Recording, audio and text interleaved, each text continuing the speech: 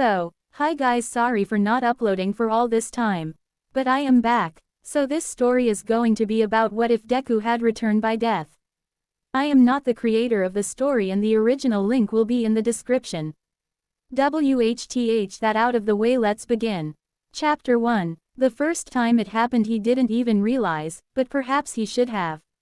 Perhaps it was obvious, but to him, the possibility seemed so out of reach, so far-fetched, that he dismissed it without a second thought.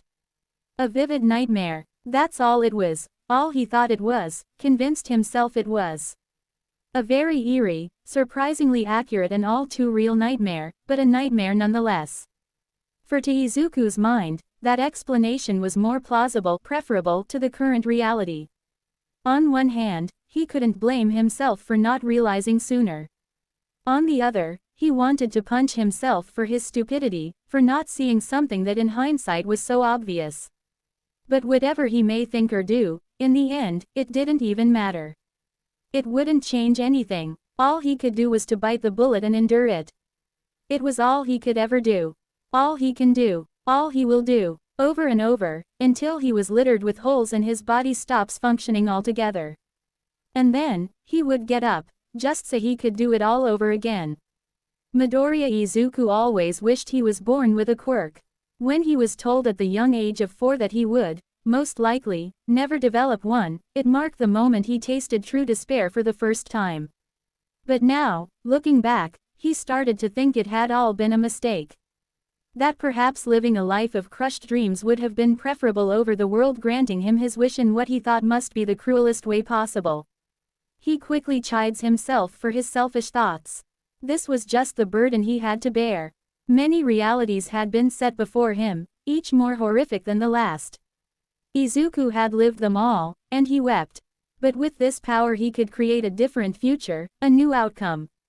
Something better. And while Izuku was the only one left with the knowledge of a world in shambles, his classmates, his friends, everyone else, they would all be free to continue living their carefree lives, unburdened by their ignorance.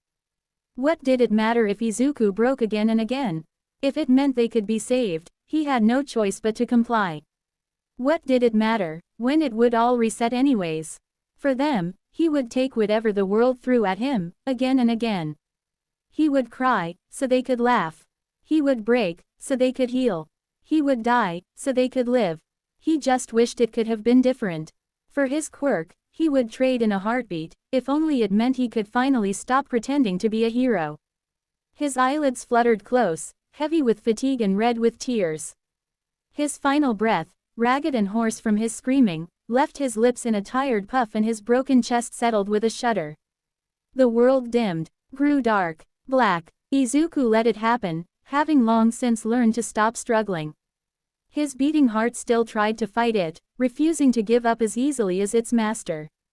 But with each pathetic thump it only grew slower and slower, until it, in a last-ditch effort, gave one final, weak thump in a desperate but ultimately pointless attempt at survival. And then, finally, it was over. Izuku lay still, lifeless. And then he awoke. Chapter 2. The end of the beginning. Warning for some light suicidal ideation, but it's only gonna get worse in future chapters. The first time he experienced his quirk he had been wandering home from school, completely oblivious of the horrors yet to come, but he didn't realize what had happened until the second. It had been one of the worst days of his life, and it was only about to get worse. His former childhood friend, he reminded himself Kachan had ruined one of his beloved quirk analysis notebooks, before advising him to go jump off a roof, in hopes of being born with a quirk in his next life. If only he knew. It all happened so fast. 1 second, he was wandering alone through an empty underpass, fighting to stay positive and to keep his fragile dreams alive. Before he even realized, he found himself in the grasp of a villain, dark green and slimy, smelling of sewage. "I'll be borrowing your body for a while," it whispered in his ear, forcing its liquid form down his unwilling nose and throat. "This will only hurt for a second." His lungs burned. He cried, clawed uselessly at whatever he could reach, and would have begged for his life, if only he could. But his muffled pleas fell on deaf ears, his struggles ignored. He screamed in his mind, for a hero, for anyone, someone. He screamed, for mercy, screamed, for help that never came. A hero, a hero, a hero, but no hero ever came. No one came to help the poor boy, 14 years old, struggling for breath as his life was slowly choked out from him. Midoriya Izuku died that day. He died, alone, afraid, and with tears streaking down his face. But it wouldn't be the last. Some parts of him wonders what ever happened to that Izuku. Would that world continue on without him? Was the current Izuku the same boy whose life was extinguished before he even finished middle school, or was he just an imposter, carrying his memories? He hoped not. He couldn't bear to imagine the look on his mother's face when she was informed of his untimely demise. That is, if she ever was. He awoke to the sight of his ruined notebook, floating uselessly in the koi pond in front of his school. He blinked owlishly, still shaken and confused from what he quickly assumed to be just a terrible dream. It had been the only logical explanation he could think of. But this time when he arrived at the lonesome underpass he saw in his nightmare, he hesitated. He lingered by the entrance, heart clouded in doubt and paralyzing fear. But in the end, he still stepped through the tunnel, wary of his surroundings as he was, jumping at every shadow and the tiniest of sound. When the villain appeared, he found himself rooted to the spot. There was shock, because the villain looked just the same as his nightmare. Shock, because there was no way, it was impossible, it couldn't. For a moment, he was convinced he would die. That his dream was some sort of warning, and like the idiot he was, he refused to listen. But this dream had a different ending. Instead of being suffocated to death, he was saved. Rescued by a hero, the hero. All it needed were a few extra seconds, a few moments of hesitation that Izuku never gave in the past, to change his future. This time, All Might would save him. He would live, and in his panic, of all that happened and of finally meeting his idol, he would forget all about the dream. For at the moment there was something more important on his mind, nightmares foretelling his gruesome death be damned. He grabbed onto his hero's leg, refusing to let go, only concerned with his own selfish desires. He needed an answer. He needed confirmation that his dreams were possible, that all the torture and ridicule he went through on a daily basis for his impossible goal wasn't all in vain. Can someone quirkless like me become a hero too? He would never forget the look of pity on All Might's face in that moment. He would never forget when his hero seemingly and suddenly deflated in a puff of smoke, only leaving the emaciated skeleton of a man behind. Izuku was bewildered, denying vehemently to the high heavens that this was All Might. That the unbreakable symbol of peace was little more than a carefully crafted and fragile lie, that with only the tiniest of mistakes could be shattered like glass, only to be carried away in the wind in the form of a million tiny crystal shards. But the hero just sighed and shook his head. That day, Izuku found out All Might's secret. He saw the wound that was killing the hero slowly, left behind by a villain so many years ago, like spider cracks upon sickly pale flesh. That day, All Might told him the words he had dreaded hearing, but deep inside always knew to be true. No, no, Izuku could not become a hero. Not without a quirk, not without power. His hero left, and Izuku didn't know what to do. Now that the only person that was important, the only one who mattered had confirmed his fears, confirmed that Izuku was, and always would be, just as useless as everyone always told him. His childhood friend's words replayed in his mind, taunting him. If you want a quirk so badly. But his dark thoughts were interrupted and left for another day by a sudden, and very loud, bang in the distance, reverberating throughout the streets and invading his ears. An explosion. A villain. Slime. My fault. Kachan. His selfish actions, wasting All Might's time with a pointless question he already knew the answer to, had allowed the villain made of sludge to escape, and now it had found a new target to torment. Instead of a boy with emerald eyes and deep green curls, this one sported an all too familiar set of fiery red irises and ashen blonde strands. They met Izuku's, those pleading eyes, begging. I don't want to die. He didn't think. He acted. With all the knowledge he'd accumulated throughout his 14 years of life, he fought as hard as he could in a desperate attempt to save, but in the end, the one who needed saving was him. Again, by the same hero and idol who'd crushed his dreams once and for all. No, not crushed. Izuku already knew. All Might just made him see the truth he refused to see. Again, he had to be saved by someone else, because he was too powerless to help anyone, least of all himself. But he didn't regret it. Seeing his childhood friend, his bully, look at him with such pleading eyes. It hadn't been a choice. Izuku moved before he could even process what was happening. Even afterwards, as he was scolded by other heroes for his reckless actions, he did not regret it. And when Kachan later approached him only to growl in his face, telling him he refused to be thankful, to thank him, Izuku just smiled. He wasn't looking for gratitude or recognition, he was just glad Kachan was still there to throw insults and curses at him. And when All Might found him after that, when he told him those 5 words that would change his life forever, he cried. "You can be a hero." Tears ran down freckled cheeks and he tried to choke down his heaving sobs. "You shall inherit my power." Wide, confused eyes stared up at the blonde hero. "With it, you shall become the next symbol of peace." All Might gazed down on him. He smiled, and the sun shining from behind lit up his contours, casting the hero in a holy glow. Izuku took a sharp breath, because in that moment, he thought he was looking at an angel. 455 Chapter 3, Discovery, Fear, Relief. N. Warning for fairly graphic description of gore in this chapter. But it's gonna get worse. Also, I kinda messed up the formatting on my old chapters, so I fixed that. Skeptical smiley face. The second time he noticed. He noticed, and the realization hit him like a head-on collision on a busy highway. I have a quirk, not the one given to him by All Might, passed on to him after 10 months of grueling training that transformed his scrawny and soft body into hard muscle. This one, he was born with. This one, he had from the very start. And he thought, I lied to All Might. Of course, it hadn't been intentional. And realistically, he knew that All Might didn't choose him for his lack of quirk, but for his spirit, the spirit of a hero. But that didn't stop the guilt, telling him he'd done something wrong, eating him inside out.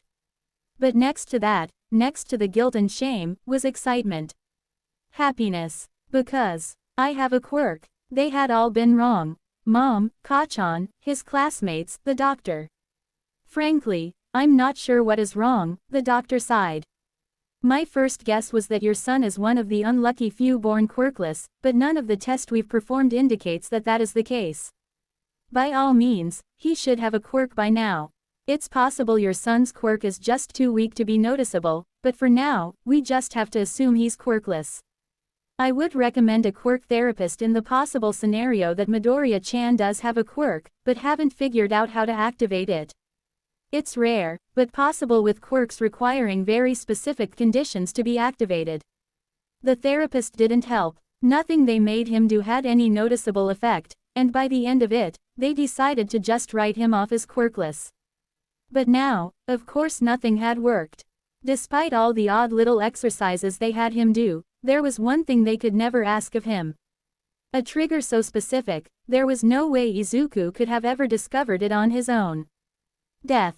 The third emotion, after his initial guilt and excitement, was dawning terror. I have to save that girl. The second time Izuku died, it was during the UA entrance exam when he fell to his death after failing to save a kind girl from getting crushed by a giant robot. She helped him beforehand, when he was about to embarrassingly fall flat on his face strolling up the road to UA, preparing to enter the famous Hero Academy for the first time. With her quirk, she floated him gently to safety, and he had let her die. The robots were part of the practical exam. Most of them were small, manageable, worth only a few points each, ranging from the one-pointers to the more dangerous three-pointers. The goal was to either destroy or disable them, but there was one last catch. The zero-pointer. A robot too dangerous to take on, and better avoided. An obstacle, rather than an enemy. Izuku really hadn't been sure what to expect when the hero and UA teacher present Mike explained it to them, but it wasn't this. This wasn't an obstacle, it was a monster. He still charged at the terrifying behemoth head-on, after unfreezing his legs left paralyzed by fear and forcing them to move. Seeing what it did to that girl, he couldn't just stand back. In fact, the terrible sight only spurred him on because he couldn't let any of the other participants meet the same fate.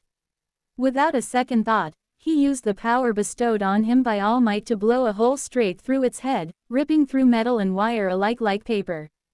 His arm broke. His legs, infused with the same destructive power, had broken as well, after he used them to reach the head of the colossal robot to begin with.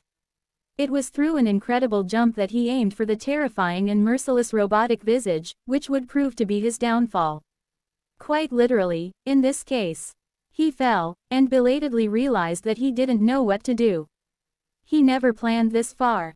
In fact, he hadn't planned at all. It was just like back with Kachan and the sludge incident, he moved before he could even think.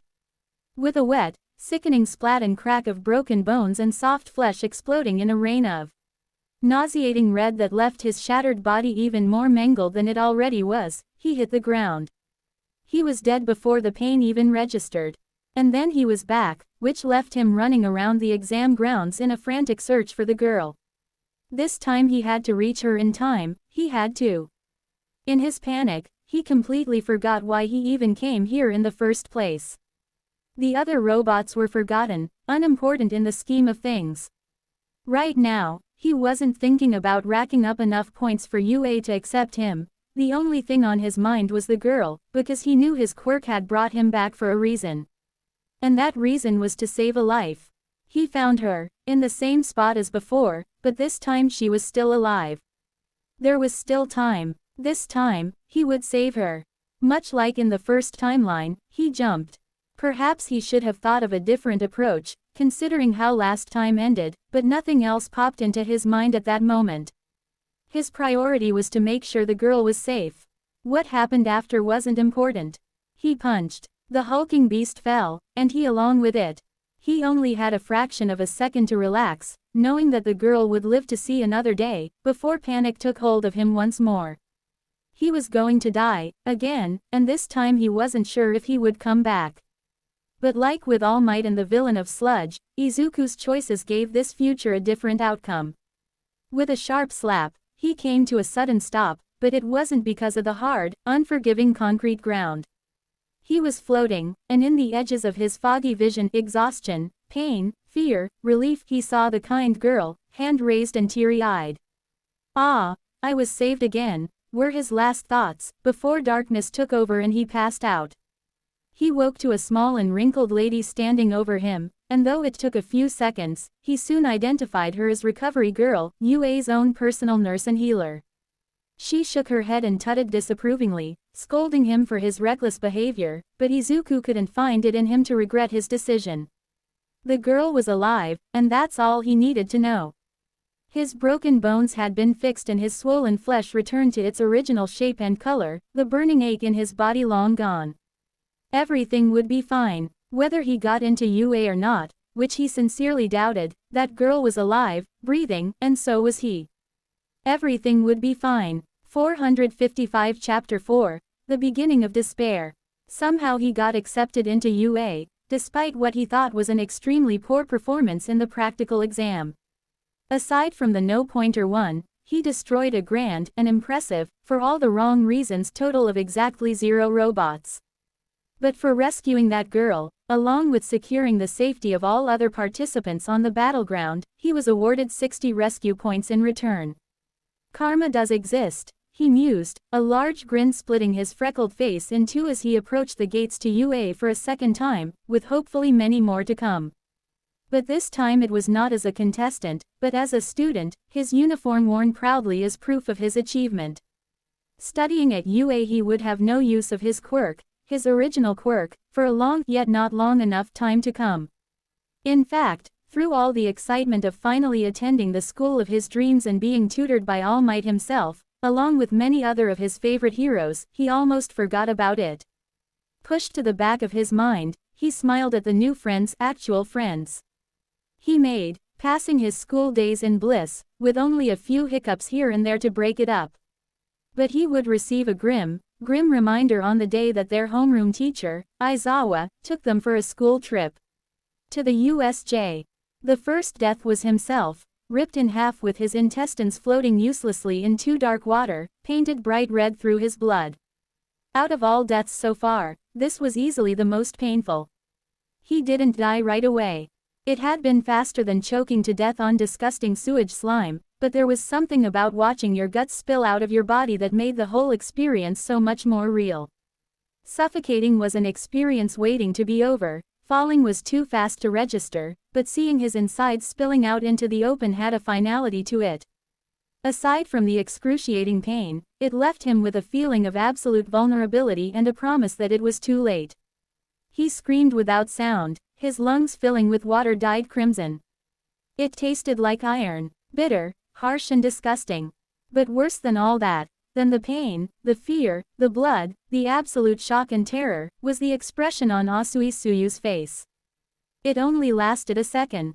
The frog girl's normally neutral expression twisted into something awful, black eyes filled with pure unadulterated horror, as she watched her classmate for barely a month bleed out in front of her. She did not even notice the villain approaching behind her.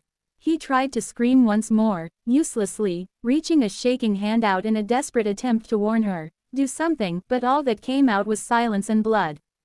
Then everything turned black. Midoriya Izuku was dead. But it was only one more death added to a list that would steadily grow, stretching far too far into the horizon. At some point, he would grow used to it. But even as the fear of dying would slowly be erased and replaced with solemn acceptance, there was one thing he could never grow used to. Dying he could handle, pain and fear little more than white noise to exhausted ears. But watching someone else die, you couldn't do anything, you worthless Deku, what kind of hero are you? Was something different entirely. It didn't matter how many times it happened, every time was just as painful as the first. At least he didn't have to look himself in the eyes as the burning fire called life faded in them, before finally being extinguished once and for all. Except it wasn't once and for all, was it? Except it would happen again, and again, because Izuku was worthless. Except he would die, again, whether it's because he was too weak, or so that he could erase, undo, fix the mistakes he made.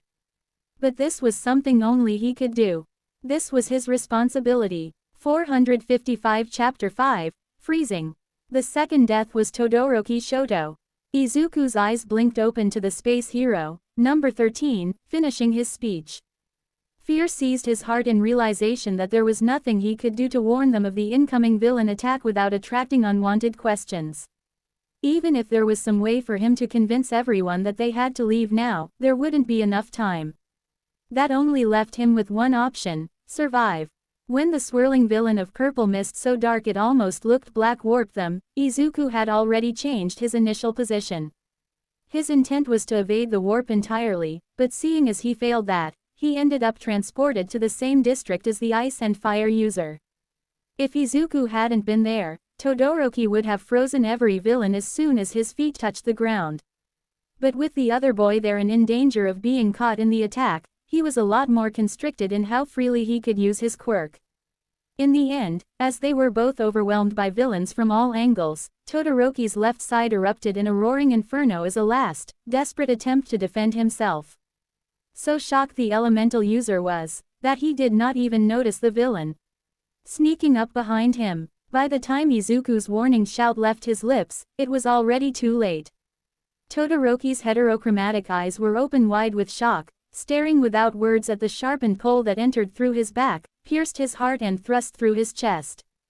He grasped the bloody end jutting out from between his ribs, just holding it, looking confused and unsure of what to do next.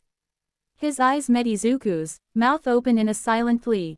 Tears slowly begun prickling the corners of his eyes as his dazed expression bled over into panic and dawning realization. The image of a fatally injured Todoroki falling bonelessly to his knees grew blurry as Izuku's own salty tears mixed with the others. "I'm sorry," he mouthed, not daring to say it out loud and breaking the deafening silence.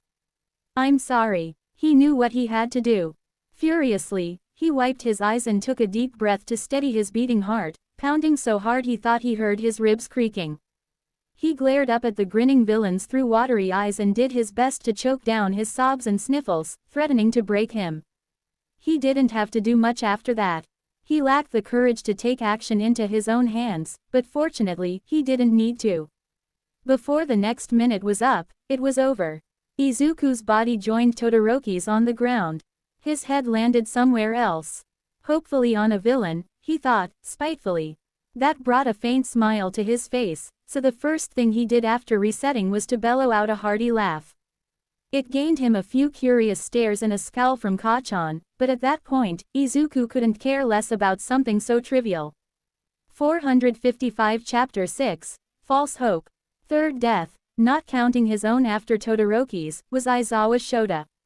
Everything started out promising. Izuku managed to escape the mist, along with number 13, Uraraka, Iida, Shoji, Sato, Shiro and Ashido. There were a few close calls. When 13 had his own quirk turned against him, Izuku reluctantly considered resetting. But despite the teacher's disintegrated back, he stayed conscious and assured his students he would be fine. And once All Might showed up, a furious grimace twisting his face into something terrifying and so unlike his usual jovial smile, Izuku thought that finally, everything would be okay. But then All Might dropped off the still body of their homeroom teacher by his feet. Take care of him, All Might smiled, strained, before he shot off toward Shigaraki and the Numu. Despite the hero's effort to keep the atmosphere positive, the sinking feeling in Izuku's gut told him it was already too late. There's so much blood. He checked the pulse just to make sure. His mouth pressed into a thin, straight line as he wrestled to calm his roiling stomach at the sensation of still warm blood staining his trembling fingertips a deep red. None. With a heavy and shaking sigh as he forced his emotions down, he rose from his kneeling position beside Aizawa's cooling body. With a quirk-infused dash, he landed in the path of a heavy blow aimed for All Might. There was shouting, but it was drowned out by the sound of his ribcage crushing and the rush of blood thumping in his ears. Crack, snap, splash. The Numu's fist ripped straight through his torso and completely obliterated his spine as it exited through his back. The pain was unbearable, but through his agony, he took some amusement at the expression of disbelief that seized the hand-covered villain's face. 455 Chapter 7, Dead Body, Empty Mind. Anne. A bit late, but here you go. The fourth death was All Might, the symbol of peace, the number one hero, hope. Watching him die tore a hole through Izuku's chest that no number or resets could ever hope to undo. It wasn't just the fact that All Might was his idol, his own personal hero. But this was All Might. If someone as great as him could be defeated, what did this mean for the rest of the world? This iteration started out much like the previous. The difference was that this time, through a series of desperate actions on Izuku's part, Aizawa survived his bloody encounter with the Numu. Izuku gripped his partially crumbled arm tightly, an ill-fitting triumphant grin decorating his face. It took him 2 tries. That purple monster was fast, but his injured arm was a low price compared to keeping both his and Eraserhead's life. Nothing worth a reset, even if the pain did force him to grit his teeth tightly to prevent the torrent of tears that fought to escape his leaking sockets. Now they just had to wait for All Might, who should be here any second. A loud crash reverberated throughout the building as the double doors to leading into the USJ blew off its hinges. Izuku smiled, even when All Might did not. A fierce battle quickly ensued, good versus evil. And although it looked bad, although All Might's punches seemed worryingly ineffective against the purple monster with the bulging brain, barely even leaving so much as a mark on that inky skin, that smile stayed on his face. Because this was All Might, and there was no way he'd ever lose. Izuku had gone through so much, seen too much, but it would finally be over. He could finally rest, maybe take a sick week off or 2 after this. Because it was, finally, over. Izuku's sunshine smile died and turned to night when the Numu tore All Might's stomach open. It wasn't unlike his own first death at the USJ. He wondered if the pain All Might felt was just as terrible. Shigaraki laughed, loud and grating. The nauseating sound of nails on skin, fervently scratching and leaving tiny streams of blood behind, and the mad cackling was the only noise that dared to break the smothering silence. He's dead. Dead. Dead dead dead. The fake symbol of peace is dead. Izuku barely even registered his own movements. He felt limp, muscles numb. He couldn't feel his body, but the figure of a gloating and raving Shigaraki was growing larger. A hand that did not belong to him grabbed onto a sickly pale one. Without prompting, his body brought the other's hand close to his face. At this distance, he noticed small spider-like cracks littering the ashen skin. But even in the state he found himself in, living in static, he could not bring himself to complete the motion. The hand rested, trembling, in front of jade-green eyes. A few unbearable seconds passed in anticipation, before thin fingers wrapped around wet, freckled cheeks, enclosing them, squeezing tighter, life turning to ash. Distantly, someone screamed. 455 Chapter 8, True Despair. The fifth death was Mineta Minoru. Asui was close to join him. She just barely escaped with her life, but with the injuries she sustained, she would never be able to become a hero. Before the frog girl dragged her broken body to safety and delivered the grim news, everything seemed to fall into place. Izuku escaped the black smoke, Aizawa was still alive, Izuku's arm broken but not crumbled, and All Might was still breathing, the Numu defeated. Backup finally arrived, and the villains were apprehended. Their warp gate, Kurogiri, and their leader Shigaraki escaped, but everyone was alive. It was perfect. Mineta-chan, he didn't. Asui pressed her thin lips into a straight line. I'm the only one who made it out. Crack. Izuku swore the sound of his hopes being dashed and stomped on was loud enough for the whole world to hear, but no one except for him reacted to the sound of glass violently shattering. He cringed visibly, the noise like crystal shards cutting into his eardrums which left his ears bleeding and head dizzy. There was only one option. However, unlike previous repeats, Izuku couldn't rely on someone else to finish the job for him. Every intruder had already been apprehended and arrested. This reset would have to be carried out by his own two hands.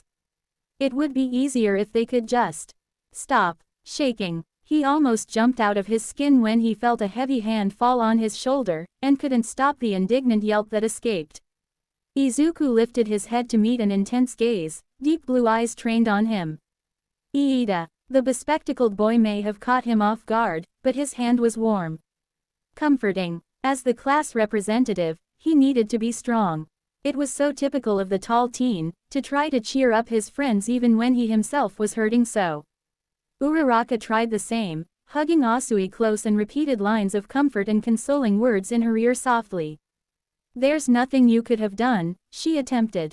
The other girl didn't look like she believed her. But whether Uraraka was right or not, there was something Izuku could do. Reluctantly, he removed Iida's hand from his sagging shoulders. His skin felt cold and clammy, and he was still trembling. He hoped no one noticed, but then again, soon enough it wouldn't even matter anyways. Midoriya-kun? Iida asked, voice laced with concern. Izuku just gave him a sad smile in return, his usual bright eyes now dull and lifeless. He was just so tired. Sorry, I'll do better next time. And with that, he infused his hands with the power of One for All, before snapping his neck and fell bonelessly to the ground. Crunch. 455 Chapter 9, Broken. Anne edited the 3 latest chapters just to fix a very minor continuity error. I kinda messed up on the death count. There's so many people dying left and right that I lose track.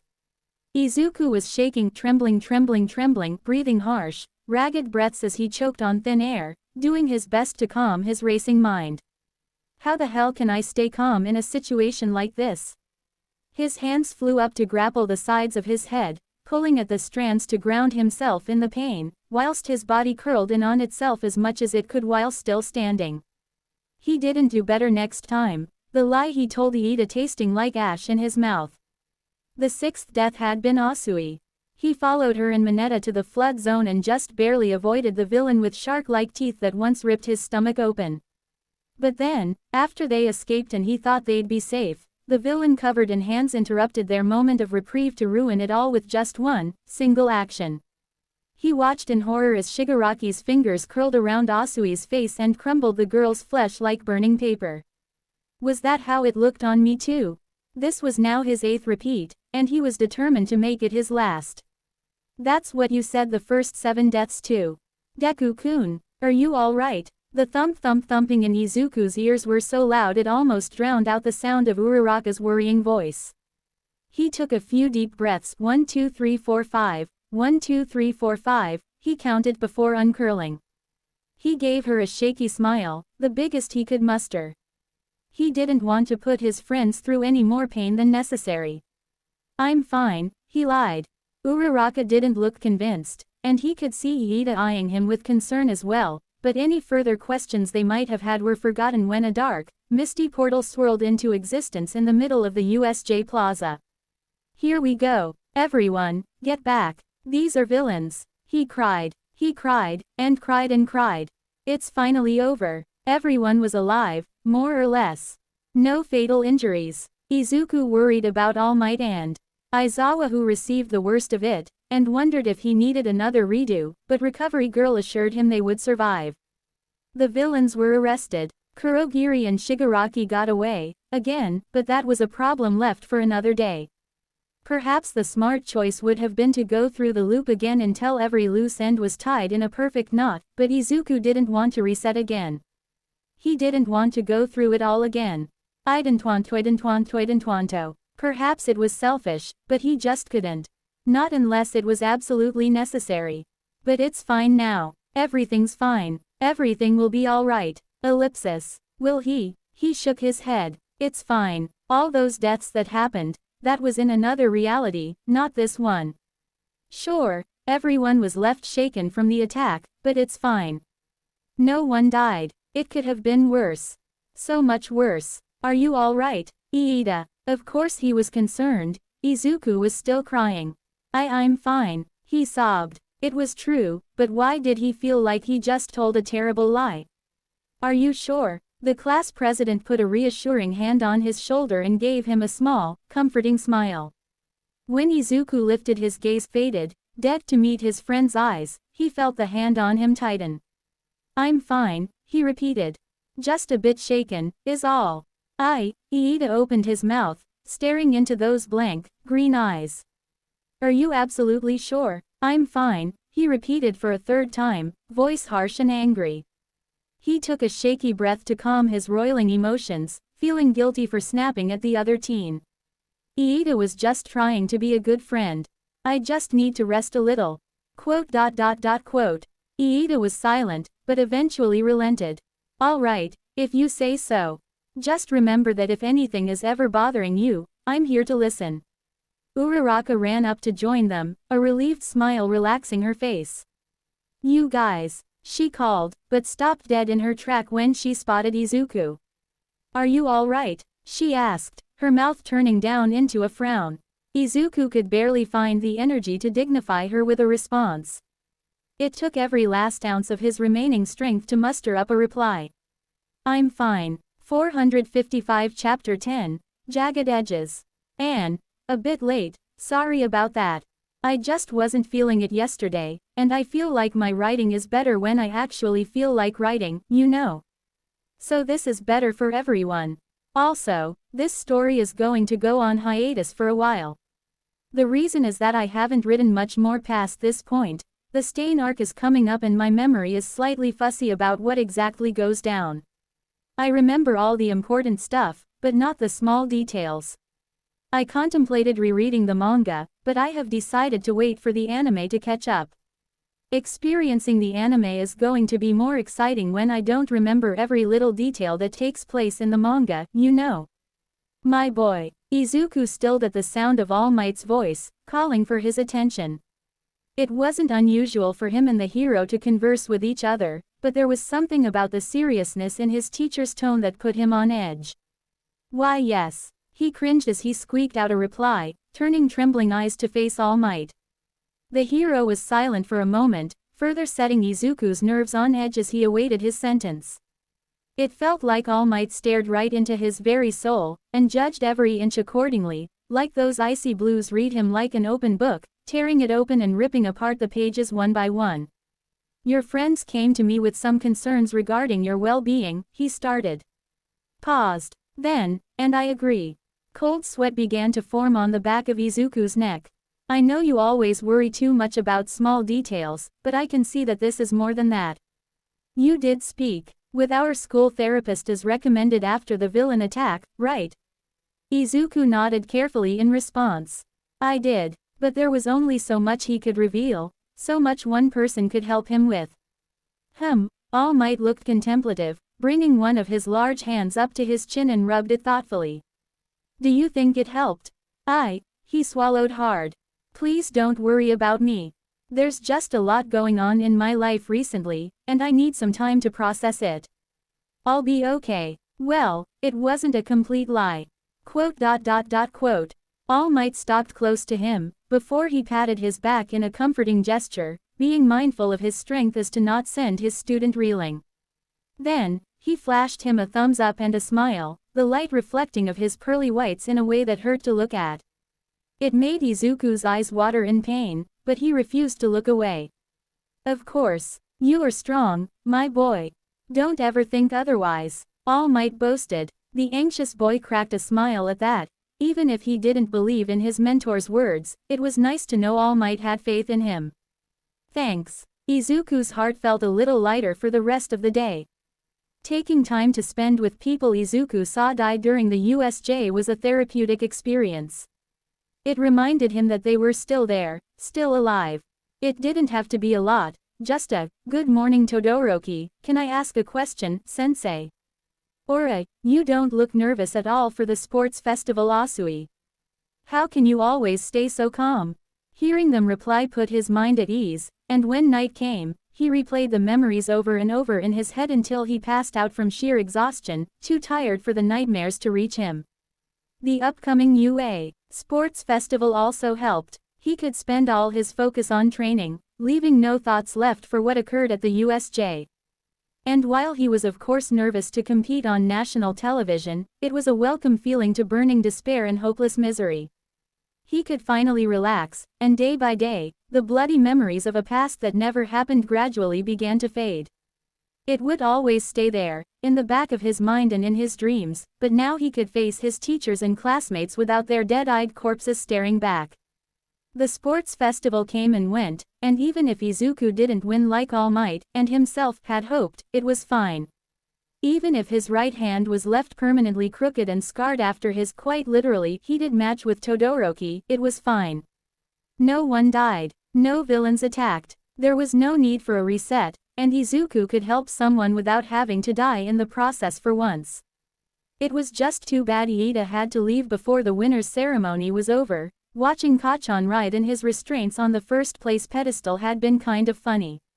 Since when did he stop being so scary? Hero names. Izuku wanted to laugh. When he presented his own, it was with a smile, bitter under its bright facade. Are you sure? You might be called that for the rest of your life, you know. Kirishima's concern was appreciated, but ultimately wasted. Better save that energy for someone else. Yes, I'm sure. This is my hero name. Deku. Useless. How fitting. Sue. That's it for today's video. Thanks for watching guys, bye.